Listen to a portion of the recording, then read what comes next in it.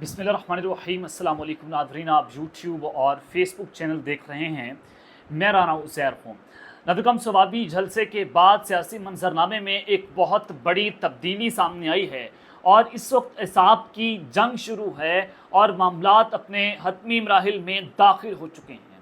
और ये जनाब सूरत हाल आप सबके सामने है कि इमरान खान साहब जो हैं वो भी जनाब उनकी पॉलिसी में भी शिफ्ट आया और फिर इस्टेब्लिशमेंट भी चाहती है कि मामलात को तय किया जाए। तो इस सब के अंदर मैं कुछ बड़ी खबरें लेकर आपकी खदमत में हाजिर हुआ हूँ। सबसे पहली खबर पर आज हमने बात करनी है कि बंद कमरों में 3 बड़ों की अहम तरीन और हंगामी मुलाकात हुई है। अब ये 3 बड़े कौन हैं? आर्मी चीफ शहबाज शरीफ और DGISI ने मिलकर कुछ बड़े फैसले कर लिए हैं। इस वक्त पाकिस्तान की सियासत में हो क्या रहा है, इस्लामाबाद में एक बड़ी मुलाकात का शोर है। ये तमाम तर तफसीलात आपके सामने आज के इस व्लॉग में रखूंगा। और फिर दूसरी जानिब इमरान खान से भी रब्ता किया गया है। ये रब्ता कैसे हुआ है? जनरल आसिम मुनीर की दबंग चाल क्या है? उन्होंने कौन सी चाल चली जिसके बाद जनाब सूरत-ए-हाल अपनी वापस उस स्टेज पर आ गई है जहाँ पर पहले 1 पेज की बात हुआ करती थी। ये तमाम तर डिटेल्स आपके सामने बमा हक़ाइक़ और बमा सबूत आपके सामने रखूँगा। लेकिन अगर आपने इस चैनल को सब्सक्राइब नहीं किया, चैनल को सब्सक्राइब कर लें, बेल आइकन को दबा दें। आने वाली तमाम तरह अपडेट्स आपकी खिदमत में बर वक्त पेश होती रहें। नदरकम सबसे पहले तो इस वक्त जो धरना जारी है पाकिस्तान में, और जमात इस्लामी का धरना है जो कराची, पेशावर, रावलपिंडी डिफरेंट प्लेसेस के ऊपर ये जो है धरना जारी है। तो आज हाफिज़ नईमुर रहमान साहब ने बड़ा कैटेगोरिकली ये बात कर दी है कि हुक्मरान सुन लें, हम धरना दिए बैठे हैं, मत समझे थक कर चले जाएंगे। उन्होंने कहा कि तुम्हें IPPs के धंधे में मुलव्विस अफराद को सामने लाना होगा। अगर तुम सामने नहीं लाओगे तो हम लाएंगे कुछ अशिया की कीमतें ऊपर नीचे करके। आवाम को कहते हैं कि इसमें धरने वालों का क्रेडिट नहीं है। और उन्होंने कहा कि 8 अगस्त को मरी रोड से आगे की तरफ बढ़ेंगे। और आज बुध को आगाह करूंगा कि 11 तारीख को लाहौर, 12 को पेशावर अवामी धरने होंगे। ताजरों सनतकारों से मुशावरत मुकम्मल कर ली है। 14 अगस्त के बाद मुल्क भर में हड़ताल की कॉल देंगे। तमाम तहसीलों और अजला में अवामी मुतालबात के हवाले से गाही मुहिम का आगाज़ होगा। और हुकूमत को वादे तौर पर यह कहना चाहता हूँ कि अवामी मुतालबात के लिए जदोजहद करेंगे। आम आदमी का मुकदमा लड़ेंगे। हुक्मरान बांग्लादेश के हालात से सबक हासिल करें। बिजली के बिलों में कमी, तनख्वाहों पर टैक्सेस का खात्मा, पेट्रोल लेवी का खात्मा, IPPs का फ्रांसिक ऑडिट करवाए। और जमात इस्लामी पुरअमन सियासी मुदामत के जरिए जदोजहद को जारी रखेगी। अब जमात इस्लामी जो है उसका ये धरना बता रहा है कि जो लंबे अरसे के लिए जनाब सड़कों के ऊपर आया है। एक चीज़ तो यह कि इमरान खान की मकबूलियत को तोड़ने के लिए जमात इस्लामी को मुबैना तौर पर लॉन्च किया गया कि इमरान खान की मकबूलियत तोड़ जाएगी। लेकिन जनाब आपके सामने कि पॉपुलर खान जो है उसको तोड़ना आसान नहीं है। अगर उसको इस्टेब्लिशमेंट, जुडिशरी, 13 पार्टियों का इत्तेहाद अगर वो नहीं तोड़ पाए अगर उस सूरत हाल के अंदर, तो जमात इस्लामी के बस का काम नहीं है। यह आपको भी पता है, ये मुझे भी पता है कि उनके बस का काम नहीं है। यानी कि पॉपुलर खान को एक ही शख्स हरा सकता है, वो है खुद खान। और वो कैसे हार सकता है कि आप उसको हुकूमत में लाकर उसके हाथ में बांध दें। ये एक सूरत हाल हो सकती है कि उसको चलने ना दें। तो जनाब ये एक चीज़ें हैं। और फिर दूसरी जानिब एक और अहम खबर है कि आज हुकूमत ने एक तरमीमी बिल पास कर दिया, इलेक्शन एक्ट, सुप्रीम कोर्ट के फैसले के बाद। और वो इलेक्शन एक्ट तरमीमी बिल है क्या कि जिसमें पाकिस्तान तहरीक इंसाफ को मखसूस नशिस्तें देने से रोकना है। ये सुप्रीम कोर्ट के ऊपर अदम एतमाद है। सुप्रीम कोर्ट का फैसला मानने से आज इनकार किया गया हुकूमत की जानिब से। तो जो खबर मैंने आपको अपने पिछले व्लॉग्स में भी दी। तो आज सेनेटर शिबली फराज साहब जो है उन्होंने जो है वो सेनेट में तकरीर की। उन्होंने कहा कि तरमीमी बिल बदनीयती पर मबनी और सुप्रीम कोर्ट पर बराह रास्त हमला है। आप साफ कह दें कि पाकिस्तान तहरीक इंसाफ के मैंडेट और आइन कानून को नहीं मानते। हर तरीका इस्तेमाल किया जा रहा है कि अवामी फैसले को तब्दील किया जाए। उन्होंने कहा कि हर तरीका इस्तेमाल किया जा रहा है। जो बुरी तरह हारे वो पार्लियामेंट में बैठे हैं। ये फॉर्म 47 के जरिए पार्लियामेंट में आए हैं। ये बिल बदनीयती पर मबनी है। सुप्रीम कोर्ट के अक्सरी जज ने फैसला दिया कि पाकिस्तान तहरीक इंसाफ सियासी जमात है। बड़े बड़े नाम सुप्रीम कोर्ट और इलेक्शन कमीशन में मखसूस नशिस्तों की भीख मांग रहे हैं। ये बिल सुप्रीम कोर्ट पर बराह रास्त हमला किया जा रहा है। अब चीफ जस्टिस काजी फायद ईसा और चीफ जस्टिस मसूद अली शाह एक दूसरे के आमने सामने, क्योंकि जस्टिस मसूद अली शाह साहब अगले चीफ जस्टिस और चीफ जस्टिस अपनी एक्सटेंशन चाहते हैं। और इस सब के अंदर जजेस को बार बार कहा जा रहा है कि आप अपने फैसले को जल्द जल्द जारी करें, लेकिन जजेस जारी नहीं कर रहे क्योंकि नदरसानी अपील के अंदर मामला जो है वो हुकूमत के हक में लाया जाएगा, जो इस वक्त चीज़ें चल रही हैं। तो आप ये पार्लियामेंट का इस्तेमाल करके ये समझ रहे हैं कि सुप्रीम कोर्ट के फैसले पर हमलावर हो जाएंगे। तो एक्ट जो है वो आप फैसले के ऊपर उसका असरअंदाज उसको नहीं कर सकते। लेकिन पाकिस्तान में कुछ भी हो सकता है क्योंकि रियासत चूंकि ये फैसला कर चुकी है कि 9 मई वालों को सियासत में जगह नहीं देनी। तो डेफिनेटली फिर आप अंदाज़ा लगा लें कि इमरान खान से क्या मुतालबा किया जा रहा है। इमरान खान से यही मुतालबा किया जा रहा है कि आप माफ़ी मांग लें। खान कहता है कि जनाब मैंने अगर 9 मई किया, कुरान पर हाथ रख दें, मैं माफ़ी मांगने के लिए तैयार हूँ। लेकिन फिर दूसरी जानिब से जनाब खामोशी आती है।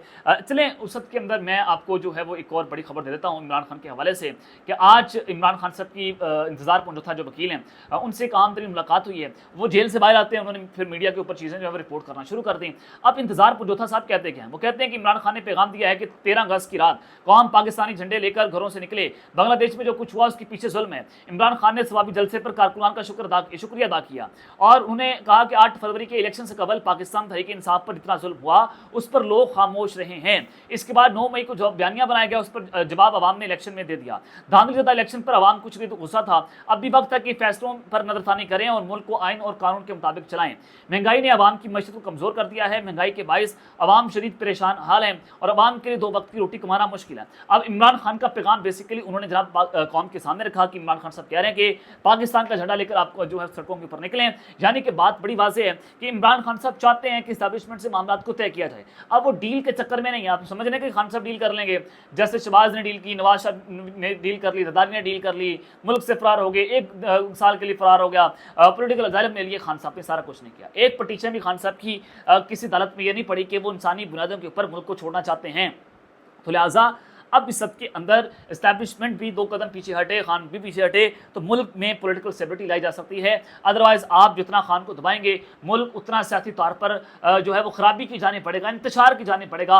वो आप एक लावा पक रहे अवाम के अंदर, वो फटने को तैयार है। अगर आप चाहते हैं कि आप अवाम के साथ खड़े हों, पाकिस्तान के साथ खड़े हों, तो डेफिनेटली आपको इमरान खान का मैंडेट तस्लीम करना होगा, क्योंकि 3 करोड़ वोटर ने जब ये डिसाइड कर दिया कि हमने अपना मैंडेट खान को दिया है तो आपने 17 सीटों वालों को वज़ीर आज़म बना दिया।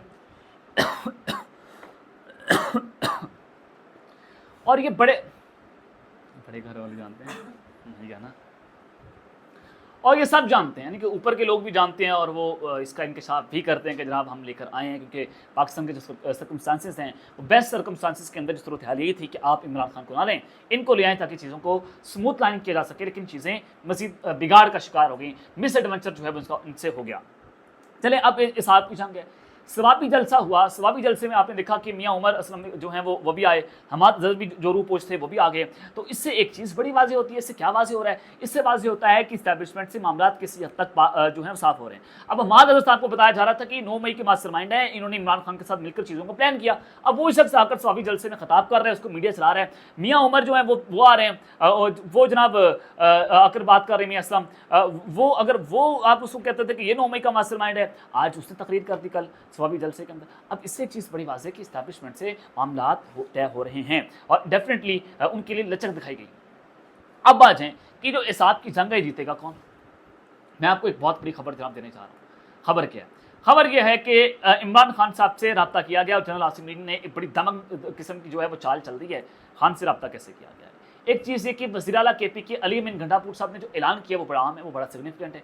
अब उसके अंदर असल खबर है। खबर क्या है कि उन्होंने कहा कि हम अगस्त के आखिरी हफ्ते या सितंबर के पहले हफ्ते के अंदर जो है वो जलसा करने का उन्होंने फैसला कर लिया। वो जलसा कहाँ पर होगा? वो इस्लामाबाद के अंदर जलसा होगा। उन्होंने कहा कि हम पहले कानूनी रास्ता इख्तियार करेंगे, हम पहले NOC की इजाज़त मांगेंगे, अगर NOC की इजाज़त ना दी गई तो हम D चौक पर जलसा करेंगे।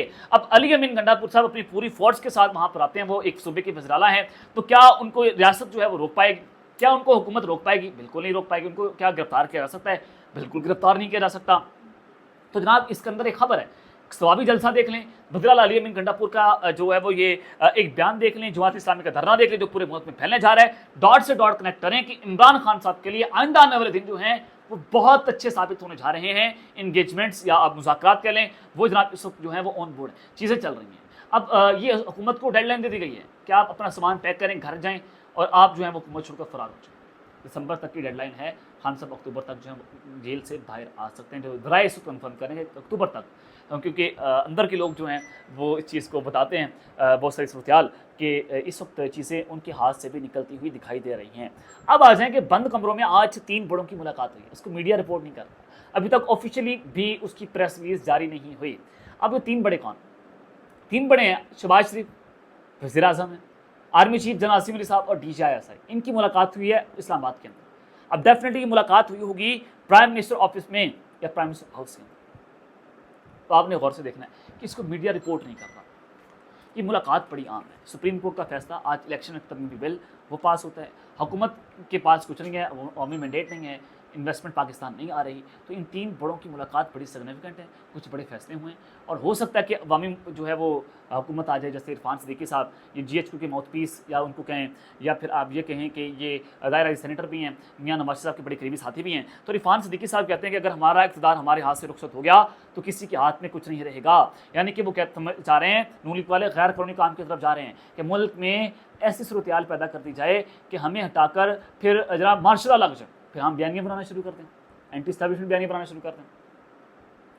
आप अंदाज़ा लगाएं कि लोग हालात को उस नहज पर लेकर जा रहे हैं कि फ़ौज मार्शल लॉ लगाने पर मजबूर हो जाए, यानी कि फ़ौज का इमेज जो है उसको डैमेज करने की यहाँ पर कोशिश की जा रही है।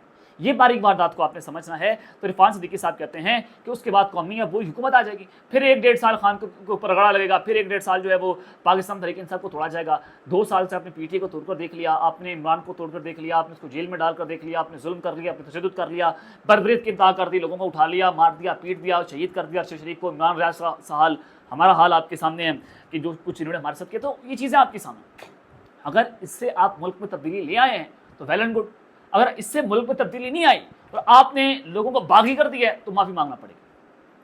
माफ़ी भी ना चले मांगे, चले रियासत माफ़ी नहीं मांगती, क्योंकि तारीख है ना, कभी रियासत सियासतदानों के आगे सरेंडर नहीं करती। तो आप अपने किए पर शर्मिंदा हो, आप बैक फुट पर जाएं, आप ये अपने अमल से बताएं कि हम आवाम के खैर ख्वाह हैं, आप अपने अमल से बताएं कि हम एपॉलिटिकल हो चुके हैं, बाकी कोई मसला नहीं इस कौम से। ये मुल्क भी हमारा है, ये फ़ौज भी हमारी है, हम अपनी फ़ौज के साथ भी खड़े हैं, हम अपने मुल्क के साथ भी खड़े हैं, डेफिनेटली चलो दामन का साथ है ना। हम अपनी फ़ौज के खिलाफ बगावत नहीं कर सकते, हम अपनी फ़ौज के ऊपर तनकीद ज़रूर कर सकते हैं एक कानून के दायरे में रहकर, लेकिन हम उनके खिलाफ प्रोपेगेंडा नहीं कर सकते। गलत काम करेंगे तनकीद करेंगे, प्रोपेगेंडा करेंगे, हम अपने मुल्क के खिलाफ प्रोपेगेंडा करेंगे। अब तक की तफसीलात मैंने आपके सामने रखी हैं, अब तक के लिए इतना ख्याल रखिएगा और इस तरह का अपना आसमी है रखना। पाकिस्तान जिंदाबाद।